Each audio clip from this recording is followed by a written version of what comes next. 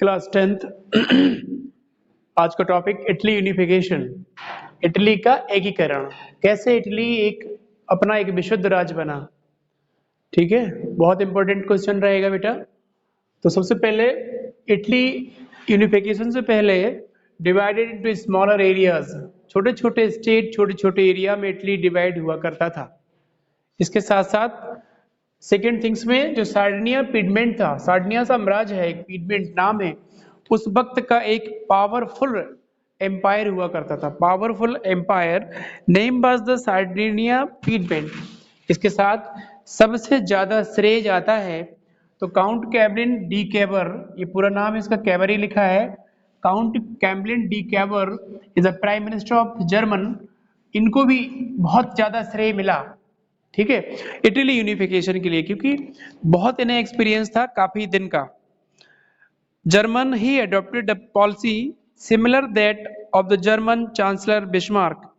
He received the service of the patriotic like Mazzini and Garibaldi. देखिए इसमें दो नाम और हैं, मिस्टर जिस्पी मैजनी, जिस्पी मैजनी और जिस्पी गैरिबाल्डी। जिस्पी गैरिबाल्डी, गहरी बाल्टी ना कहना, बाल्टी, ठीक है। जिस्पी मैजनी एक रिवोल्यूशनरी थे, यंग थे, इटली के थे। इन्होंने दो सोसाइटी, इन्होंने सबसे पहले एक सोसाइटी को ज्वाइन किया। सोसाइटी को ज्वाइन करने के बाद इन्होंने दो, यंग इटली और यंग यूरोप नाम की दो सोसाइटियां भी बनाई, ठीक है। इसके बाद 1930 Giuseppe Mazzini attempt presenting well planned program the united of the republic. इसके बाद 1830 के लगभग इस व्यक्ति ने कई ऐसे प्लान बनाए जो कंजर्वेटिव आइडिया को काउंटर करेंगे, नहीं, कंजर्वेटिव आइडिया को हटाएंगे और किसको लाएंगे, सोशलिज्म लेके आएंगे, डेमोक्रेटिक लाएंगे, रिपब्लिक लेके आएंगे, ठीक है। तो ये जो जिस्पी मैजनी थे एक बड़े रिवोल्यूशनरी, इन्हीं को उन्होंने बोला था ड्यूक मेटरनिक ने कि जब उन्हें सीखें आती हैं तो पूरे देश को सर्दी जुकाम हो जाता है, rest of the Europe become catch cold, ठीक है। इसके बाद association name the young Italy, promote objective after the failure of 1931 1948 revolutionary responsible uniting। देखिए इसमें तो ज्यादा खैर नहीं आया अंतर, क्योंकि रिवोल्यूशनरी उस वक्त ज्यादा पावरफुल नहीं थे, लेकिन 1848 में ये रिवोल्यूशनरी अपने मिशन में कामयाब हुए, ठीक है। मतलब कहने का many of the political revolutionary taken against the कहना चाहिए कि मोनार्ची सिस्टम और राजशाही सिस्टम, यह राजा का एरिस्टोक्रेसी, ब्यूरोक्रेसी, राजा का सिस्टम, मोनार्ची, डिक्टेटर सब कुछ था, केवल जनता का शासन नहीं था। तो ये रिवोल्यूशनरी जो थे, जिसपी मैजनी का मानना था कि हम जो है एक सामाजिक प्राणी हैं और अधिकार तो समाज के हर एक व्यक्ति में बंटने चाहिए। जिस प्रकार just like you know that about the social contract by the Rousseau understand that the will of the god is power divided into the society. उसमें लिखा है सोशल कॉन्ट्रैक्ट में, कहता है कि ईश्वर की इच्छा है कि सत्ता का निर्धारण लोगों में होना चाहिए, लोगों के हाथ में होना चाहिए, किसी एक के हाथ में नहीं होना चाहिए। इसी प्रकार मॉन्टेस्क्यू और two treatise of the government, तो एग्जाम्पल में हम Montesquieu, John Locke, social contract के रूसो, अरिस्टोटल, इन सबके एग्जाम्पल देंगे, उनकी लिखी किताबों के नाम बताएंगे कि देखिए इस फिलोसोफर ने ऐसा बोला, तब जाके अच्छी मार्किंग होती है, ठीक है, बकवास करने पे नहीं। बैटल ऑफ क्राइम 1854-1856 केबर support Britain and France against case extra the promise of the support of the against Austria, Britain and France। और 1859 केवर fought against Austria, took control over Lombardy। और 1800 देखिए इसमें 1859 में ऑस्ट्रिया के खिलाफ जाकर इन्होंने जो है काउंट कैवलिन जो केबर थे उस वक्त के एक बड़े क्रांतिकारी, एक बड़े ने जिनके अंदर ये समझ लो जिनके अंदर एक राष्ट्रवाद की भावना है, नेशनलिज्म की भावना है, वही तो कंजर्वेटिव आइडिया को काउंटर करेगा। भाई आपके अंदर राष्ट्रवाद है ही नहीं, जिस व्यक्ति के अंदर राष्ट्रवाद की भावना ही नहीं है वो क्या करेगा? कुछ नहीं, वो तो करेगा ठीक है जैसा हो रहा होने दीजिए, मेरे को मिल रहा खाने को, सरकार हमारी चल रही है, कंजर्वेटिव की सरकार है, हमें लोग पूछ रहे हैं, कोई भी दिक्कत नहीं है।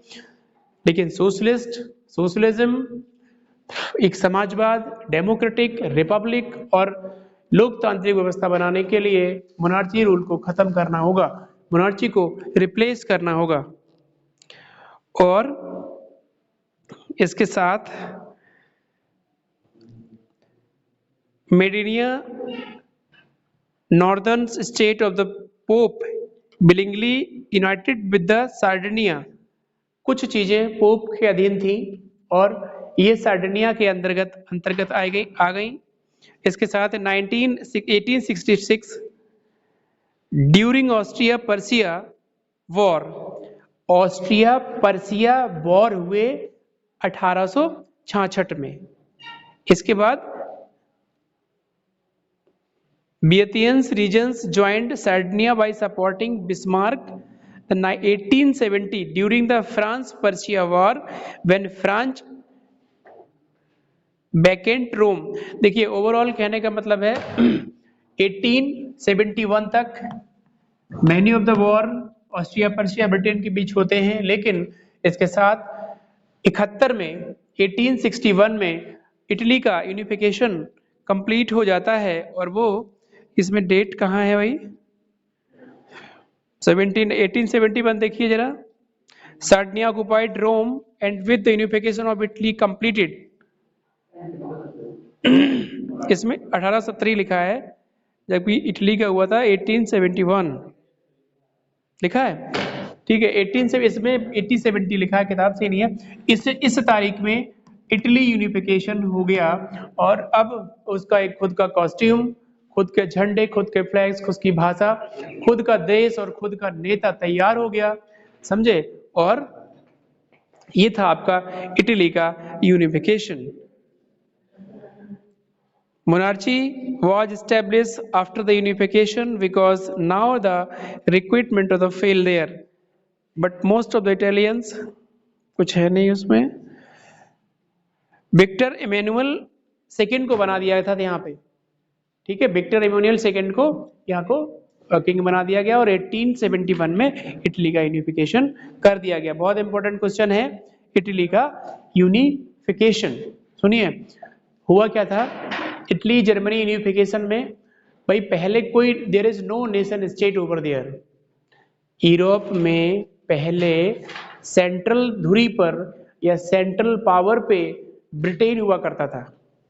आपको पता है यूरोप के देशों में को भी ब्रिटेन ने अपने में मिला लिया, just like rise of the United kingdom of great Britain जब बना था, स्कॉटलैंड को साथ में ले लिया था इसने।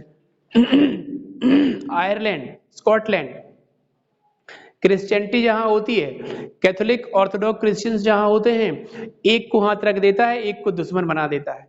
तो Britain has a skill for dividing the country, सबसे बड़ी स्किल उसके पास है डिवाइडिंग द कंट्री।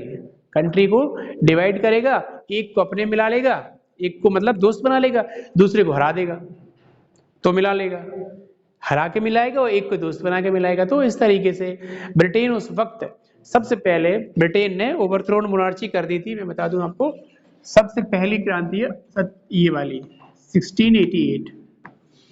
इसके बाद फ्रेंच की रिवॉल्यूशन हुई 1789, the successful revolution in the world 1789।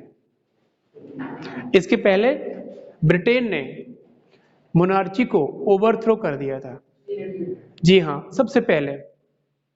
इसीलिए अगर आपसे कोई किसी एक्सपर्ट से आपकी मुलाकात हो गई, उसने कह दिया, आपने कहा था first revolution in the world 1789, अगर नहीं, ये है तो कि नहीं, ये रिवोल्यूशन नहीं था, बल्कि मोनार्ची को ओवरथ्रो किया था उन्होंने, मोनार्ची हटाई थी, कोई बहुत बड़ी क्रांति नहीं थी।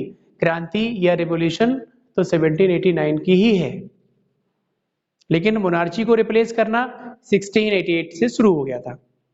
तो ये डेट आप लोग बहुत अच्छे से देखेंगे, डेट बहुत इंपॉर्टेंट डेट्स हैं।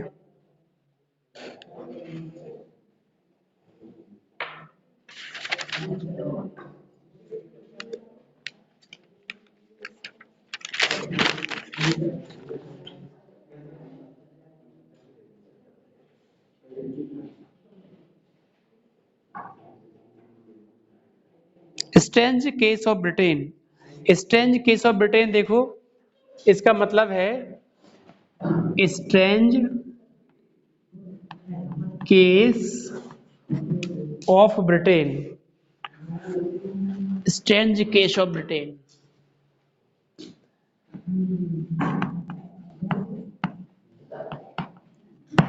स्ट्रेंज का मतलब होता है स्ट्रेंज के, एक अजीब दास्तान। किसकी? ब्रिटेन की। ब्रिटेन को तो पहले खुद ब्रिटेन के नाम से नहीं जानते थे, ब्रिटेन को तो खुद भी अलग से स्कॉटिश, स्कॉट एंड पोलिस एंड अलग अलग नामों से जानते थे।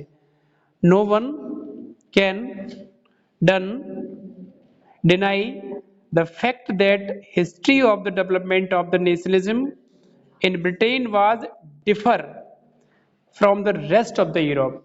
ये बात सबसे किसी से छुपी नहीं है कि यूरोप के इतिहास या हिस्ट्री ऑफ यूरोप ब्रिटेन से काफी डिफरेंट था। और देखो पढ़ने क्या जा रहा है कि पहले ब्रिटेन बिल्कुल जीरो था, लेकिन फिर ब्रिटेन बिल्कुल सेंट्रल ध्रुव पावर में आ गया, ध्रुवीय शक्ति में आ गया, है ना। तो they have the skill, technology और लड़ाई और मोनार्ची रिमूव कर किया सबसे पहले, दुनिया में सबसे पहले मोनार्ची उसने हटाई, इसीलिए तो सक्सेसफुल हो गया। वो कह रहा कि यूरोप की हिस्ट्री और उसमें सबको पता है कि बहुत डिफरेंस है।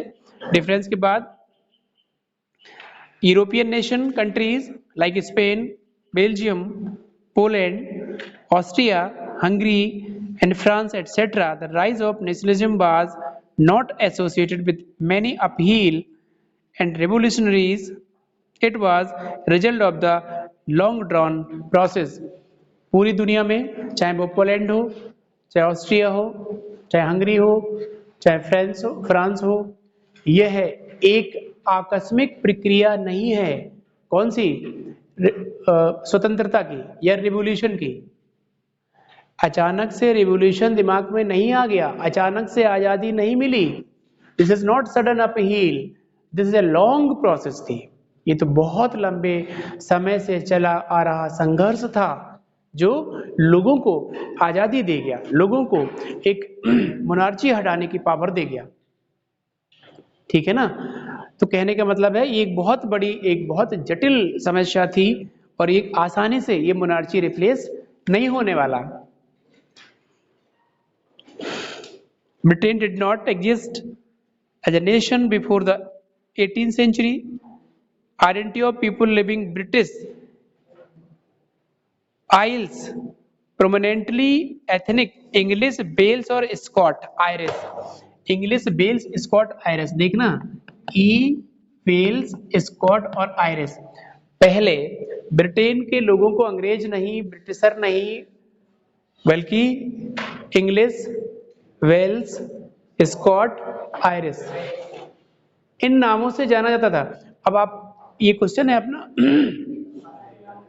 Strange case of great Britain पढ़ रहे हैं, मतलब एक ब्रिटेन की अजीब दास्तान की, उसका तो खुद का कॉस्ट्यूम, झंडा, या उसके तो पास नाम भी नहीं था, लेकिन वही Britain after some time become a powerful country.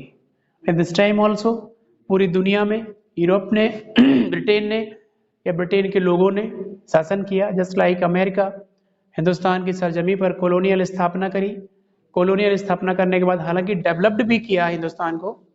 Many of the development provided by the Europeans, just like making the canal, number 1, making the railway lines, road base and different English school, और बहुत ऐसी technical जो चीजें करी, और even poor section of society के लोगों को भी काफी कुछ ऐसी चीजें दे गए जो पहले नहीं थी। तो ओवरऑल कहने का मतलब है कि जब स्कॉट बेल्स आयरिश के नाम से जाना जाने वाला ब्रिटेन अब एक पावरफुल देश बनने जा रहा था। इसीलिए इसको कहते हैं कि इसकी एक अजीब दास्तान तो पढ़ लो कि पहले इसमें कोई कॉस्ट्यूम नहीं थे, कोई अपना इनकी कोई आइडेंटिटी नहीं थी और ऐसा कुछ नहीं था। लेकिन जब वो पावर में आया तो छोटे छोटे देश स्कॉटलैंड, आयरलैंड, नीदरलैंड, बहुत ऐसे छोटे छोटे कंट्रीज को इसने क्या कर दिया, आपस में मिला लिया और अपना एक्सपेंशन बढ़ा दिया और कह दिया कि this is mandatory for all these people, you remove it's your language and मेरी भाषा आप लोग बोलेंगे, अब आप इंग्लिश बोलेंगे, ठीक है, डिप्लोमेसी साबित करने के लिए। और एक चीज, क्योंकि अगर कोई देश को वो मिला लेते थे और वो देश के लोग मिलने के बाद अगर अपनी भाषा की यूज करते थे तो वो अपना अपमान समझते थे, ठीक है ना। तो ऐसा था ब्रिटेन। धीरे धीरे ये लेसन फिनिश हो जाएगा, तो नेक्स्ट वीडियो में हम भेज दिएंगे जो भी होगा, ठीक है, ओके।